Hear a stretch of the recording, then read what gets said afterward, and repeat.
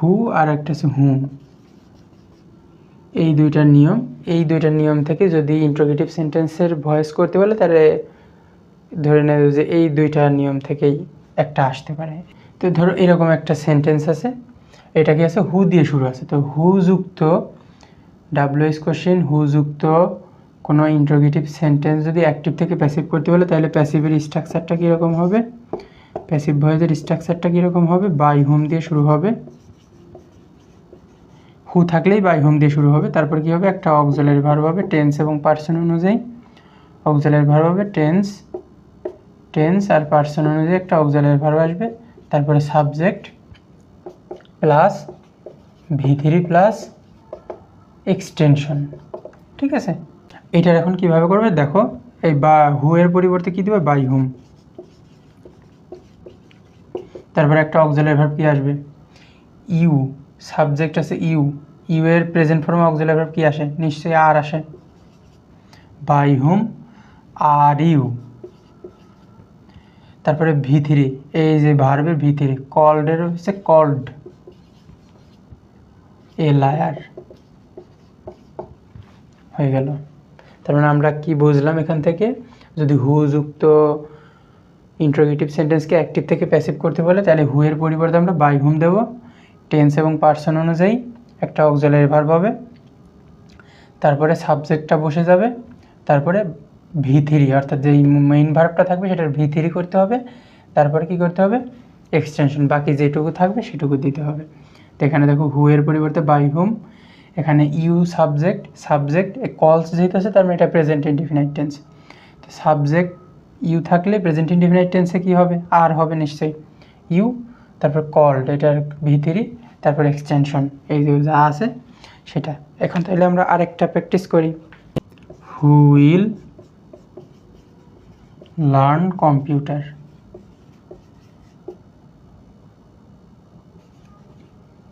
Who will learn computer. Who এর পরিবর্তে কী আসবে, বাই হোম। তারপর কি আসবে, অক্সিলারি ভার্ব আসবে। উইলের তো অক্সিলারি ভার্ব তো উইলই আসবে। বাই হোম উইল কম্পিউটার, তারপর কি আসবে, এখন এই উইলের প্যাসিভে করতে গেলে আমরা জানি একটা বি আনতে হয়, তারপরে V3 দিতে হয়, তার মানে লার্ন হবে। হ্যাঁ, কারণ এই মডাল ভার্বগুলোর প্যাসিভ করতে গেলে একটা বি আনতে হয়, সেই কারণেই দেখো বি আনা হয়েছে, তারপরে V3 আনা হয়েছে। ঠিক আছে, আশা করি বিষয়টা বুঝতে পারছো। তাহলে আমরা আরেকটা প্র্যাকটিস করি। হু কিল্ড দ্য বার্ড। আচ্ছা, তার মানে হু এর পরিবর্তে কী হবে, বাই হোম। তারপরে কি আসবে, তারপর টেন্স এবং পার্সন অনুযায়ী অক্সিলারি ভার্ব আসবে, কিল্ড V2, তার মানে কি আসবে, ওয়াজ, কারণ দি বার্ড হচ্ছে সিঙ্গুলার, এই কারণে ওয়াজ হয়েছে। বাই হোম, তারপরে একটা সাবজেক্ট আসবে, এই যে সেই subject bird. By whom was the bird killed. শেষ হয়ে গেল, ইজি জিনিস। By whom was the bird killed. তার মানে হু যুক্ত সেন্টেন্সগুলো কীভাবে করতে হয় এই বিষয়টা তোমরা বুঝে গেলা। এরপরে দেখো,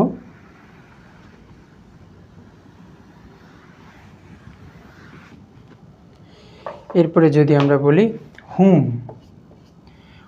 যদি থাকে তাহলে এই হুম যুক্ত সেন্টেন্সটাকে কীভাবে তুমি অ্যাক্টিভ থেকে প্যাসিভ করে, ধরো হুম ডিড হি চুজ, এরকম একটা আছে। তখন এটাকে তুমি অ্যাক্টিভ থেকে প্যাসিভে কীভাবে করবে, হুম যুক্ত, এটা তুমি একটু দেখো।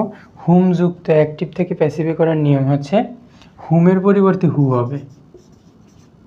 ঠিক আছে, হুমের পরিবর্তে হু হবে।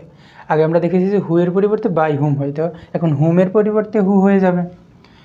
তারপরে কি করতে হবে, একটা বি ভার্ব আনতে হবে টেন্স এবং পার্সন অনুযায়ী, ওই আগের নিয়মই টেন্স এবং পার্সন অনুযায়ী একটা বি ভার্ব। তারপরে V3 প্লাস কী করতে হবে, বাই দিতে হবে প্লাস সাবজেক্টের অবজেক্টিভ ফর্ম। ঠিক আছে, তার মানে আমাদের কী করতে হবে, হু বি ভার্ব টেন্স এবং পার্সন অনুযায়ী V3, তারপরে বাই, তারপরে সাবজেক্টের অবজেক্টিভ ফর্ম। তাহলে এইটার করো তো কীভাবে হবে? তার মানে কি হবে, হুমের পরিবর্তে নিশ্চয়ই হু আসবে, তারপর কি আসবে হু, তারপর কি আসবে ডিড, ডিড আছে তার মানে অতীতে আছে, তারপর টেন্স এবং পার্সন আছে তার কি আসে হি যেহেতু আছে তার মানে was, who was chosen, who was chosen by him. এই যে হি এর সাবজেক্টের অবজেক্টিভ ফর্ম হয়ে গেছে, হিম হয়ে গেছে, ঠিক আছে। Whom will he tell the story, whom will he tell the story. তো এখন এটাকে কী হবে, হুমের পরিবর্তে হু করতে হবে। তারপর কি করতে হবে, আমরা জানি একটা বি ভার্ব আনতে হবে, তার মানে উইল, তারপরে কি আসবে বি ভার্বের পরে ভি থ্রি হবে, তার মানে কি হবে এই উইলের বি উইলই হবে। তারপরে এখন প্যাসিভে উইল যেহেতু একটা মডাল ভার্ব, প্যাসিভ করার জন্য এর সাথে একটা বি আনতেই হবে। তারপর কী হবে, টেলের ভি থ্রি কী হবে টোল্ড, তারপর কী হবে the story, told the story, অতিরিক্ত অংশ এই জায়গায় রেখে দিলা। তারপরে বাই, হি এর পরিবর্তে কী আসবে হিম, হয়ে গেল ইজি জিনিস। তার মানে হুমের পরিবর্তে হু, একটা বি ভার্ব টেন্স এবং পার্সন অনুযায়ী, তারপরে ভি থ্রি, তারপরে ভি থ্রির সাথে যতটুকু আছে ওইটুকু দিয়ে, তারপরে বাই, তারপরে হিম, অর্থাৎ এই সাবজেক্টের অবজেক্টিভ ফর্ম। আশা করি বিষয়টা বুঝতে পেরেছো। তাহলে আমরা আজকে এই জায়গা থেকে কি শিখলাম, যে হুয়ের ক্ষেত্রে কি করব, হুয়ের ক্ষেত্রে আমি আরেকবার লিখে দিই, হুয়ের ক্ষেত্রে আমরা প্রথমে কি করব, বাই হুম দেব, by whom plus be verb বা অক্সিলারি ভার্ব যেটাই বলো, টেন্স এবং পার্সন অনুযায়ী।